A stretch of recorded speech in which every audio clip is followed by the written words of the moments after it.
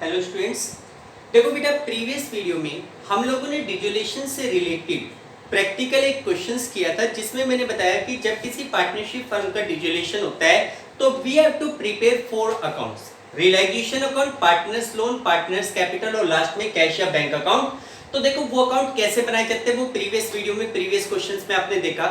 उसी की प्रैक्टिस के रूप में हम लोग एक क्वेश्चन और करते हैं, इलस्ट्रेशन 6। देखो इलस्ट्रेशन 6 में आपको ये कह रहे हैं Diya and Riya were partner sharing profit and loss equally. एक फर्म में दो पार्टनर है, दिया और रिया, दोनों प्रॉफिट और लॉस को इक्वली डिस्ट्रीब्यूट करते हैं। कैसे डिस्ट्रीब्यूट करते हैं? इक्वली। अब ये कह रहे हैं कि उनकी बैलेंस शीट आपके सामने, और आगे कहता है कि the firm was dissolve on the about date and the assets and liability were settled as follow. ये कुछ रियलाइजेशन की कंडीशन है और आपसे लास्ट में कह रहा है you are required to prepare realisation account, Riya's loan account and Diya's loan account, capital account and bank account. आपको वो चारों अकाउंट बनाने। तो देखो सबसे पहले आप लोगों को पता है कि डिजोल्यूशन के केस में हम लोग बनाते हैं रियलाइजेशन अकाउंट। ये हमारे पास रियलाइजेशन अकाउंट का फॉर्मेट है, सिंपल सा फॉर्मेट आप लोगों को बताया गया था।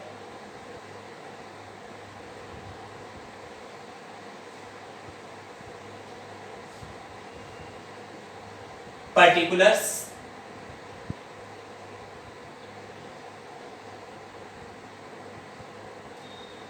अमाउंट, पर्टिकुलर्स,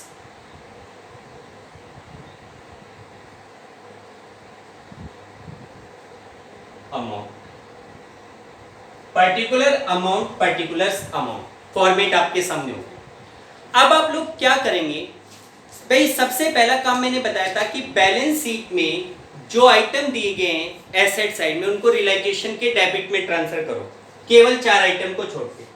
तो एसेट साइड में कैश दिया गया उसको छोड़ देना। अच्छा, कैश दिया गया तो सारी एंट्री आपको कैश से करनी है, ना कि बैंक से। दूसरा आइटम आपको दिया गया डेटर, तो यहां पे एसेट साइड में दिखाओगे, सॉरी डेबिट साइड में दिखाओगे डेटर्स। अच्छा अब आप देखो आपका डेटर कितने का दिखाया हुआ है? 42,000 का, जिसके ऊपर 6,000 का प्रोविजन है। तो मैंने आपको कल क्लियर किया था कि एसेट्स को हमेशा बुक वैल्यू पे दिखाना है। तो डेटर की बुक वैल्यू है 42, उस पे अगर किसी भी प्रकार का प्रोविजन है तो उसको अपोजिट साइड में ट्रांसफर कर लो by provision for doubtful debts, by provision for doubtful debts. Provision आपके पास कितने का है? 6,000 रुपीज का प्रोविजन है। उसके बाद अगला आइटम हमारे पास है स्टॉक, तो यहां पे लिखेंगे टू स्टॉक। कितने का स्टॉक है? 12,000 रुपीज का स्टॉक है। कितना स्टॉक है? 12,000। थर्ड आइटम हमारे पास है इन्वेस्टमेंट, टू इन्वेस्टमेंट। इन्वेस्टमेंट हमारे पास कितने का है? 18,000 का इन्वेस्टमेंट है। उसके बाद है प्लांट एंड मशीन, तो to plant and machinery. Plant and machine कितने का है? 39,000 का। इसके बाद अगला एक आइटम आपकी बुक में दिया गया दियाज लोन 2,000 का। अब आप देखो दिया फर्म की एक पार्टनर है और 2,000 का लोन एसेट साइड में दिखा रखा है। इसका मतलब हमने ये लोन दिया को दिया हुआ है। भाई दिया नाम की जो पार्टनर थी उसको फर्म ने 2,000 का लोन दिया हुआ है। तो देखो यहाँ पे ये लायबिलिटी नहीं है, ये हमारे लिए एसेट्स है। और जब एक फर्म का डिजोल्यूशन होगा तो अगर हमने किसी पार्टनर को लोन दिया हुआ है तो it will be transfer to his capital. अगर हमने लोन लिया होता तो वो हमारे लिए लायबिलिटी होती, कैपिटल की पेमेंट करने से पहले लोन की पेमेंट करनी होती, इसलिए उसके लिए अलग से लोन अकाउंट बनता। लेकिन यहाँ पे क्योंकि दिया को फर्म ने लोन दे रखा है, इसलिए दिया को दिया गया लोन उसकी कैपिटल अकाउंट में से चार्ज किया जाएगा, इसलिए इस लोन को उसकी कैपिटल में दिखाएंगे। ठीक, इसको छोड़ो। अब एसेट साइड के सारे आइटम हो गए। सेकंड स्टेप, लायबिलिटी साइड में जो थर्ड पार्टी पेबल लायबिलिटीज है उनको रियलाइजेशन के क्रेडिट में ट्रांसफर करो। कौन कौन सी लायबिलिटी है? क्रेडिटर, तो बाय सन्ड्री क्रेडिटर्स। आपकी बुक में क्रेडिटर्स कितने के दिए गए हैं? 60,000 के क्रेडिटर्स हैं। उसके बाद दिया गया रियाज लोन। अब देखो रिया का लोन है, इट्स ए लायबिलिटी, पार्टनर है रिया, उसके लिए सेपरेटली लोन अकाउंट बनेगा।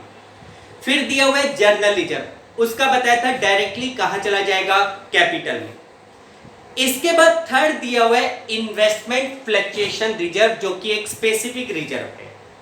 देखो आप लोगों ने प्रीवियस चैप्टर्स में पढ़ा हुआ है कि जो स्पेसिफिक रिजर्व होते हैं, जैसे एडमिशन, रिटायरमेंट, डेथ में, स्पेसिफिक रिजर्व को भी हम पार्टनर की कैपिटल में ट्रांसफर कर लेते हैं अगर उसके रिगार्डिंग कोई लायबिलिटी ना हो।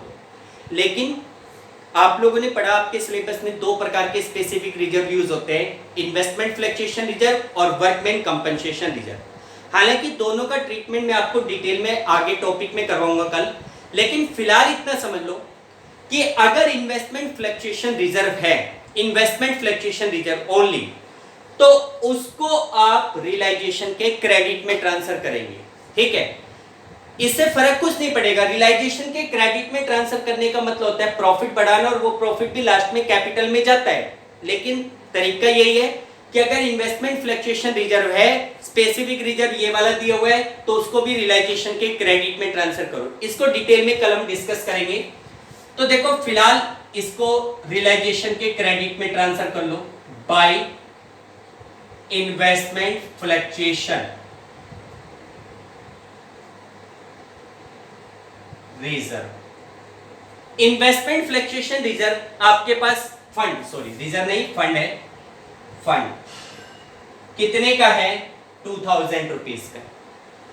उसके बाद रिया और दिया की कैपिटल है, उसके लिए अलग से कैपिटल अकाउंट। तो पहला काम हमारा हो गया, एसेट्स का बैलेंस डेबिट साइड में, लायबिलिटी का बैलेंस क्रेडिट साइड में ट्रांसफर कर दिया। ठीक, अब एसेट्स को रियलाइज करो। तो इसने नीचे कहा था कि firm were dissolve on the about date and assets and liability were settled as follow. क्या सेटलमेंट है? Creditor were paid off by giving them the plant and machine at a discount of 10% and balance in cash. देखो हालांकि ये point आप लोगों को journal में हम डिटेल में डिस्कस करते हैं, लेकिन यहां पे समझो। देखो ये कह रहा है कि creditors were paid of, creditor कितने के थे भाई? हमने यहाँ पे क्रेडिटर 60,000 के लिए, और प्लांट एंड मशीन कितने की थी? वो थी हमारे पास 39,000 की। अब ये कहता है कि creditor were paid off by giving them plant and machine at a discount of 10%। भाई हमने अपने क्रेडिटर को प्लांट एंड मशीन 10% डिस्काउंट पे दे दी, यानी कि 35,100 रुपीज में दे दी।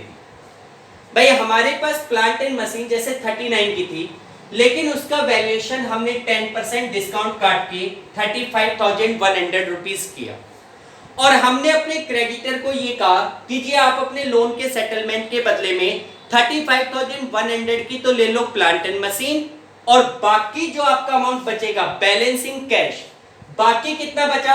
60 में से 35,100 का तो प्लांट एंड मशीन ले लेंगे, बाकी बचा 24,900, वो पैसा हमसे ले लो कैश में। ठीक है, तो अब आप देखो कि जैसे अगर हम प्लांट एंड मशीन को बेचते फॉर एग्जांपल, तो यहां पे लिखते बाय कैश 35,100, उनको पेमेंट करते तो इधर लिखते टू कैश 35,100, लेकिन क्रेडिटर को आपने प्लांट एंड मशीन दे दी 35,100 में, तो ना तो आपको प्लांट एंड मशीन से कुछ पैसा कैश में मिला, ना आपने अपने क्रेडिटर को ये वाला कैश दिया। दोनों की आपस में सेटलमेंट हो गई, तो आपको उसको अपने रियलाइजेशन अकाउंट पे दिखाने की जरूरत नहीं है। मैं एक छोटे से एग्जांपल से क्लियर करता हूं। एक्स के मैं 10,000 रुपए मांगता हूं, वाई मेरे 10,000 रुपए मांगता है। मैं एक्स और वाई दोनों को मिलवा देता हूं और ये कहता हूं कि भाई आपस में हिसाब कर लेना। ठीक है, तुम मुझे एक्स से लेने, वाई को देने, मैं एक्स को कहता हूं तुम ये पैसा वाई को दे देना, वाई को कहता हूं तुम पैसा एक्स लेना, मैं बीच में से खत्म। मेरे पास ना कुछ आया ना मेरे पास से कुछ गया, आपस में दोनों का सेटलमेंट हो गया। तो उसी प्रकार क्रेडिटर का सेटलमेंट 35,100 की प्लांट एंड मशीन से हो गया, तो ना तो हमें प्लांट एंड मशीन से कुछ मिला, ना हमने क्रेडिटर को कुछ दिया, तो इसकी एंट्री करने की जरूरत नहीं है। हाँ, आपने अपने क्रेडिटर को जो 24,900 रुपीज कैश में दिए हैं उसको आपको शो करना पड़ेगा। उसको रियलाइजेशन के डेबिट साइड में लिखो टू कैश, ब्रैकेट में लिख दो क्रेडिटर। भाई क्रेडिटर को कितना पैसा कैश में दिया जा रहा है 24,900, एक बार इनर कॉलम में। क्लियर है पॉइंट? भाई ना क्रेडिटर को आपने दिया ना उनसे लिया, दोनों को आपस में प्लांट एंड मशीन के थ्रू सेटल कर दिया। तो ना तो प्लांट एंड मशीन से कुछ मिल रहा, ना क्रेडिटर को हम कुछ दे रहे। क्लियर? उसके बाद सेकंड पॉइंट कह रहे हैं Riya's loan was paid with interest of ₹500। देखो रिया ने 15,000 रुपए का फर्म को लोन दे रखा था। अब ये कह रहे हैं कि रिया के लोन की सेटलमेंट की गई 500 रुपीज इंटरेस्ट से। अब यहां पे ये पॉइंट थोड़ा सा टेक्निकल है। देखो क्या होता है, आप रिया का लोन अकाउंट बनाओगे, अभी हम बनाएंगे आगे, तो उसमें इसका क्रेडिट बैलेंस है बाय बैलेंस कैरी डाउन 15,000, लेकिन ये कहता है कि इट वाज सेटल फॉर ₹15,500। भाई आपने उसको 500 रुपए इंटरेस्ट सहित पेमेंट की है, तो इसका मतलब आप उसको 500 रुपीज ज्यादा दे रहे हो। टोटल पेमेंट कितने की करोगे 15,500। एंट्री होगी Riya's loan account debit to cash, यहां पे आप उसको कैश में पेमेंट करोगे 15,500 की। ठीक है, तो अब आप देखो कि आपका यहां पे 500 रुपीज का बैलेंस जनरेट हो जाएगा। भाई दोनों साइड का टोटल इक्वल नहीं आ रहा, जबकि मैंने बताया कि जब फर्म का डिसोल्यूशन होता है तो कोई भी अकाउंट अनओपन्ड नहीं रह सकता, सारे के सारे अकाउंट क्लोज करने पड़ते हैं। तो यहां पे जो फर्म को 500 का एक्स्ट्रा लॉस हो रहा है वो लॉस रियलाइजेशन में चला जाएगा। इस अकाउंट में डेबिट साइड में 500 रुपए, क्रेडिट साइड में 500 कम है, तो वो 500 रुपए रियलाइजेशन अकाउंट में ट्रांसफर होंगे, ये अकाउंट क्लोज। तो उसके लिए एंट्री होगी realisation account debit to Riaz loan account. तो यहां पे रियलाइजेशन के डेबिट साइड में कैश की स्पेस छोड़ के यहां पे लिखा जाएगा टू रियाज लोन। किसी भी प्रकार का एक्स्ट्रा प्रॉफिट या लॉस होता है डिसोल्यूशन की सिचुएशन में, तो वो प्रॉफिट या लॉस रियलाइजेशन में ट्रांसफर करना है। क्लियर? थोड़ा सा डिस्कस और करेंगे इसके बारे में कल। देखो बेटा, इसके बाद नेक्स्ट पॉइंट कह रहे हैं, अच्छा जो पेमेंट है उसके लिए जब हम रिया का लोन अकाउंट बनाएंगे तो उसमें 15,500 की पेमेंट शो करेंगे। आगे कह रहे हैं debtor realise 10% less of the amount due from them. भाई डेटर से जो अमाउंट ड्यू था उससे 10% कम मिला, तो 42,000 के डेटर है, उनसे 10% यानी कि 4,200 कम मिल रहे हैं। तो डेटर से आपको कितना पैसा मिल रहा है 37,800। तो यहां पे लिखोगे बाय कैश। अब कितने का लॉस हुआ है वो नहीं दिखाना, लॉस तो ऑटोमेटिक आ जाएगा, इधर 42 इधर 37,800, ऑटोमेटिकली 4,200 से डेबिट साइड ज्यादा हो गई। यहां पे वो पैसा दिखाना है जो एक्चुअल में आपको रियलाइज हुआ है। तो डेटर से कितना पैसा मिल रहा है 37,800। फिर आगे कह रहे हैं stock was taken over by Riya at 7,000। Stock 12 का था, लेकिन उस स्टॉक को रिया ने ले लिया कैश का स्पेस छोड़कर। और कोई एसेट्स अगर कैश में बिकेगी तो वो यहां दिखा देंगे, 2-3 लाइनें छोड़ देना, या पहले सारी कैश की एंट्री करो। रिया ने स्टॉक को लिया तो यहां पे लिखेंगे to by Riaz capital, bracket में लिख दो स्टॉक। स्टॉक को रिया ने लिया कितने में 7,000 में। Investment realise 80% of their book value. अब जैसे इन्वेस्टमेंट 18,000 के, अब ये कहते हैं इन्वेस्टमेंट से उनकी बुक वैल्यू का 18% अमाउंट मिल रहा है। तो यहां पे दिखा दो इन्वेस्टमेंट 18,000 का 80%, इसका 80% होता है 14,400। तो यहां पे कितना आ जाएगा 14,400। आगे कह रहे रियलाइजेशन एक्सपेंस 600 पेड बाय दिया। भाई रियलाइजेशन के खर्चे 600 थे जिसकी पेमेंट दिया ने की। वैसे तो ये फर्म का एक्सपेंस बनता है, यहाँ पे पेमेंट में दिखाते, लेकिन उस रेस्पॉन्सिबिलिटी को दिया ने ले लिया तो दिया को वो पैसे देने पड़ेंगे। दियाज कैपिटल, ब्रैकेट में शो करो रियलाइजेशन एक्सपेंस कितने के थे 600। रियलाइजेशन के खर्चे 600 थे जिसको दिया ने ले लिया। क्लियर? अब आप देखो इसके अलावा इस क्वेश्चन में कुछ नहीं कह रखा, मैंने आपको बताया कुछ नहीं कह रखा, एसेट्स को वहीं की वहीं खत्म करो। टोटल हो गया, एसेट से आपको कितना पैसा मिला 52,200। लेकिन ये जरूर चेक कर लेना जो लायबिलिटी आपने ट्रांसफर की है उनकी पूरी पेमेंट हो जानी चाहिए। प्रोविजन फॉर डाउटफुल डेब्ट्स कोई लायबिलिटी नहीं होता, इट इज एक्सपेक्टेड लॉस जो क्रिएट हो भी सकता है और नहीं भी। ठीक, क्रेडिटर 60 के थे, पूरी सेटलमेंट हो गई। आपने 35,100 का तो दे दिया प्लांट एंड मशीन, बाकी 24,900 जो बचा वो आपने दे दिया कैश में, क्रेडिटर का full settlement. Investment fluctuation fund कोई लायबिलिटी होता नहीं है, आपको बताया था 2000 का। ठीक, अब इसके अलावा और कोई लायबिलिटी नहीं है, तो लायबिलिटी की जो टोटल पेमेंट है वो है 24,900। ठीक है बेटा, और कुछ नहीं।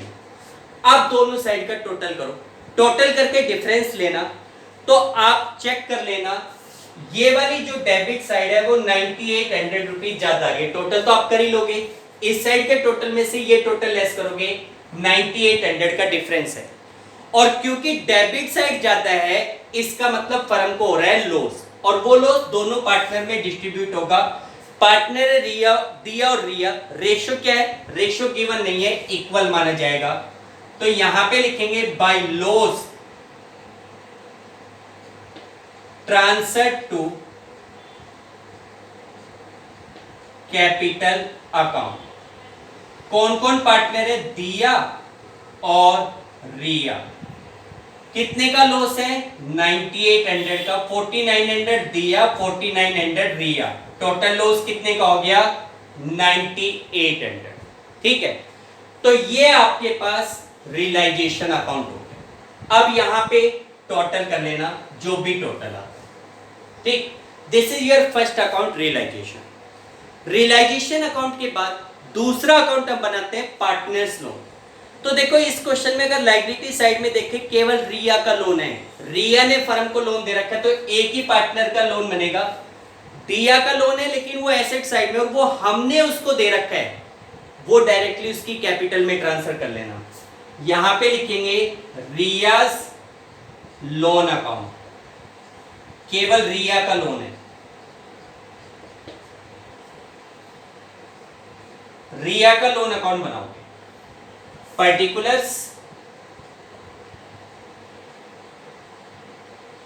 Amount, particulars amount. देखो बेटा पहले तो ये देखो लोन का बैलेंस कितना का है, रिया के लोन का बैलेंस है 15,000 बाय बैलेंस ब्रॉट डाउन, 15,000 का बैलेंस। हालांकि इस क्वेश्चन में अगर कुछ नहीं कहता पेमेंट के बारे में तो सीधा लिख देते टू कैश, खत्म। लेकिन इस क्वेश्चन में कहा गया है कि भाई रिया के लोन पे हमने रिया के लोन की पेमेंट की है विद 500 इंटरेस्ट। वैसे तो हम किसी को इंटरेस्ट देते हैं तो हमारी एंट्री होती है interest account debit to Riya loan, लेकिन हम इंटरेस्ट को डेबिट नहीं कर रहे बेटा। मेरी बात ध्यान से सुन लेना, जब एक फर्म का डिसोल्यूशन होता है तो आप कोई भी नया अकाउंट ओपन नहीं करोगे, ठीक है, बल्कि जो अकाउंट आपके पास है उन्हीं को सेटल करोगे। आपकी जितनी एंट्री होगी वो चार ही अकाउंट के थ्रू होगी, रियलाइजेशन, लोन, कैपिटल और कैश या बैंक। ठीक है, इसके अलावा पांचवा कोई नाम नहीं आएगा। तो रिया के लोन की जब सेटलमेंट कर रहे हो वहां पे 500 का लॉस है। भाई पहले आप एंट्री क्या करते हैं, इंटरेस्ट टू लोन, फिर उस इंटरेस्ट को P&L से चार्ज करते हैं। लेकिन P&L अकाउंट तो तब बनाते हैं जब हमारा बिजनेस कंटिन्यू, यहां तो हमारी फर्म डिसॉल्व हो रही है, इसलिए इस इंटरेस्ट को हमने कहां से चार्ज किया, रियलाइजेशन के डेबिट से। डायरेक्ट हम एंट्री कर रहे हैं realisation account debit to Riaz loan. तो यहां पे पहले लिखो बाय इंटरेस्ट अकाउंट, आपने उसको कितना इंटरेस्ट ड्यू किया 500, realisation sorry by realisation account, interest नहीं सॉरी बाय रियलाइजेशन अकाउंट, और ब्रैकेट में बेशक से शो कर सकते हो इंटरेस्ट। अब वो हमारे 15,500 मांगती है, अब उसको पेमेंट कर दो Riya's loan account debit to cash. आप उसको कितने की पेमेंट करोगे 15,500 की पेमेंट करोगे। इधर का टोटल 15,500, यहां भी टोटल 15,500। ये रिया का लोन अकाउंट हो गया। ठीक, इसके बाद थर्ड अकाउंट आप बनाएंगे partners capital account.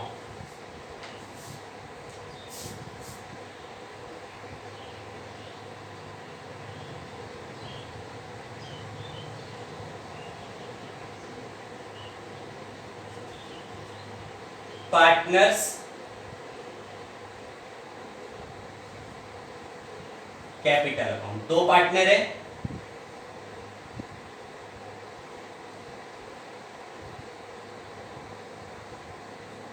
Particulars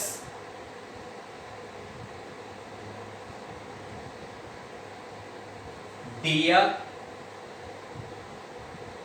and Riya. Particulars दिया एंड रिया। ठीक है, देखो बेटा सबसे पहले आप देखो दोनों की कैपिटल का बैलेंस कितने का है। रिया की कैपिटल अपोजिट नाम है, पहले रिया दे रखा है फिर दिया, कोई बात नहीं। रिया की कैपिटल है 30, दिया की कैपिटल है 10। तो यहां पे बाय बैलेंस ब्रॉट डाउन, दिया की कैपिटल का बैलेंस है 30 और रिया का है 10। ऐसा ही है? नहीं, रिया का है 30, सॉरी, रिया का 30 और दिया की कैपिटल का है 10। दिया का 10, रिया का 30। ठीक, अब आपको बताया सबसे पहले तो बैलेंस शीट के आइटम चेक करो, कौन से ऐसे आइटम है जो कैपिटल में जाने। लायबिलिटी साइड क्रेडिटर नहीं, रियाज लोन नहीं, जर्नल लीजर। जर्नल लीजर बताया था कि डायरेक्टली कैपिटल में जाएगा। Journal ledger account debit to partners capital, तो यहां पे बाय जर्नल लीजर 15,000 का बैलेंस है। दोनों पार्टनर की कैपिटल में 7500 और 7500, दोनों का रेशियो इक्वल है। ठीक, उसके बाद इन्वेस्टमेंट फ्लक्चुएशन फंड जो कि यहां ट्रांसफर हो चुका, इसलिए आप कैपिटल में ट्रांसफर नहीं करेंगे। वैसे भी आपको पता है जो आइटम बैलेंस शीट के अंदर है उनकी सिंगल पोस्टिंग, जो 12 आइटम होते हैं उनकी डबल पोस्टिंग। तो investment fluctuation fund liability side में था, उसकी सिंगल पोस्टिंग करके खत्म कर चुके हैं। उसके बाद कैपिटल का बैलेंस है कुछ नहीं। एसेट साइड में आ जाओ, कैश नहीं, डेटर नहीं, स्टॉक नहीं, इन्वेस्टमेंट नहीं, प्लांट एंड मशीन नहीं, दियाज लोन दे रखा है। हमने दिया को 2000 का लोन दे रखा है जिसका डेबिट बैलेंस है, इसको भी कैपिटल में ट्रांसफर कर लो। क्योंकि देखो आप दिया के पैसा मांगते हो, जब फर्म का डिसोल्यूशन होगा तो आप उससे लोन का पैसा मंगवाओगे और कैपिटल का पैसा उसको दोगे। ऐसा ना करो, सीधा उसको उससे जो पैसा मंगवाना है वो उसकी कैपिटल से काट लो। तो दिया के लोन का है डेबिट बैलेंस, इसे करो क्रेडिट, कैपिटल को करो डेबिट। तो Diya's capital account debit to loan to Diya या दियाज लोन, यहां पे लिख देंगे दियाज लोन। कितने का बैलेंस है? 2000। ठीक, इसके बाद बैलेंस शीट में तो कोई आइटम है नहीं। अब आ जाओ रियलाइजेशन पे। क्या किसी पार्टनर ने एसेट्स को लिया? बिल्कुल लिया। रिया ने लिया था स्टॉक 7000 का। रियलाइजेशन अकाउंट हो रहा है क्रेडिट, कैपिटल अकाउंट डेबिट। तो डेबिट साइड में टू रियलाइजेशन अकाउंट, ब्रैकेट में लिख दो एसेट्स टेकन। केवल रिया ने रिया ने पैसा ले रखा है कितना? 7000 का स्टॉक लिया था और किसी ने लिया नहीं। ठीक, फिर किसी ने लायबिलिटी को लिया, बिल्कुल 500 रिया का लोन है, कैपिटल नहीं है। दिया ने रियलाइजेशन एक्सपेंस की रेस्पॉन्सिबिलिटी ली थी, कितने की? 600 की, तो वो पैसा हमें दिया को देना है। एंट्री हो रही है रियलाइजेशन टू दियाज कैपिटल, तो यहां पे लिखेंगे दिया की कैपिटल क्रेडिट हो रही है, तो क्रेडिट साइड में बाय रियलाइजेशन अकाउंट एक्सपेंस की रेस्पॉन्सिबिलिटी उसने ली थी। दिया ने कितने की? 600। कितने की रेस्पॉन्सिबिलिटी ली थी? 600। और कोई लायबिलिटी किसी ने ली नहीं। फिर रियलाइजेशन पे क्या हो रहा था? लॉस। कितने का? 9800, दोनों में बांटा। रियलाइजेशन अकाउंट हो रहा है क्रेडिट, कैपिटल अकाउंट डेबिट, तो डेबिट साइड में टू रियलाइजेशन अकाउंट, ब्रैकेट में लिख दो लॉस। कितने कितने का लॉस है? 4900 दिया को 4900 रिया का लॉस, ये लॉस होगा। ठीक, इसके अलावा एडजस्टमेंट में कोई आइटम आएगा नहीं, क्योंकि कोई आइटम आता तो पहले रियलाइजेशन में, लोन में या कहीं और जाता। अब आप फाइनल सेटलमेंट करो, कितना बैलेंस निकलता है, टू कैश, कितना है चेक करो। इधर का टोटल है 18,100, जिसमें से 6,900 की पेमेंट हो जाएगी 11,200। आप दिया को कितने की पेमेंट करोगे, 11,200। रिया की पेमेंट चेक करें तो 37,500 में से 11,900 की पेमेंट कर दो, 25,600। दोनों की कैपिटल का क्रेडिट बैलेंस निकल रहा है, चेक कर ले रहे, 25,600 और बुक में 11,200, उसका बैलेंस भी कितना है, 11,200। पेमेंट करो तो यहां पे टू कैश, इसको 11,200, इसको 25,600, ये टोटल कर दो। This is your partners capital, ये आपके पार्टनर का कैपिटल अकाउंट। इसके बाद लास्ट अकाउंट आपको बनाना है कैश या बैंक अकाउंट। तो देखो इस क्वेश्चन में कैश दे रखा है, तो आप लास्ट अकाउंट कौन सा बनाओगे, कैश अकाउंट। कैश अकाउंट बनाइए। Particulars, amount, particulars, amount. देखो कैश का बैलेंस, अगर आप देखो आपकी बुक में सबसे पहले कैश का बैलेंस दिया हुआ है 25,000, डेबिट बैलेंस होता है, टू बैलेंस ब्रॉट डाउन 25,000। अब जहां से पैसा आया वो डेबिट में, जो पेमेंट है वो क्रेडिट में। एसेट से 52,200 मिल रहे हैं, रियलाइजेशन अकाउंट हो रहा है क्रेडिट, कैश अकाउंट डेबिट, तो टू रियलाइजेशन अकाउंट, ब्रैकेट में लिख दो एसेट्स रियलाइज्ड। भाई एसेट्स को आपने कितने में रियलाइज किया है, 52,200 में। पेमेंट में 24,900 की ये पेमेंट थी। रियलाइजेशन अकाउंट डेबिट है, कैश अकाउंट क्रेडिट, तो बाय रियलाइजेशन अकाउंट कितनी पेमेंट है, 24,900। फिर रिया के लोन की पेमेंट थी 15,500। रिया का लोन अकाउंट हो रहा है डेबिट, कैश अकाउंट क्रेडिट, तो बाय रियाज लोन कितने की पेमेंट, 15,500 की पेमेंट। फिर उसके बाद आपने कैपिटल की पेमेंट की है, तो दिया को कितने पैसे दिए हैं, बाय दियाज कैपिटल। दिया की कैपिटल की कितने की पेमेंट है, 11,200 बाय रियाज कैपिटल। रिया कैपिटल की पेमेंट हो गई 25,600। ठीक, और कोई पेमेंट है नहीं। टोटल करो 77,200, इधर का टोटल करोगे 24 प्लस में 15 39, 40,400, 51,600, 76,600 प्लस 600, 77,200। दोनों साइड का जो टोटल है वो 77,200 आ रहा है। ठीक है, बोथ साइड्स आर इक्वल। बार बार बता चुका हूं कि दोनों साइड का टोटल इक्वल आना चाहिए। अगर टोटल इक्वल नहीं है, surely you have committed some mistake. ठीक है बेटा, तो ये आपके पास है different accounts in case of dissolution of partnership. तो देखो बेटा, जब एक पार्टनरशिप फर्म का डिसोल्यूशन होते हैं तो ये 4 अकाउंट आपको बनाने पड़ते हैं। आज मैंने आपको 2 क्वेश्चंस करवाए हैं, आप इन क्वेश्चंस को करके देखिए। अगर डाउट लगता है, कोई भी चीज समझ में नहीं आती, तुरंत कॉल करना, अदरवाइज इस टॉपिक में दिक्कत आएगी आप लोगों को लेटर। तो बेटा आज आप लोग इनके प्रैक्टिकल लेजर से रिलेटेड क्वेश्चंस करके देखिए।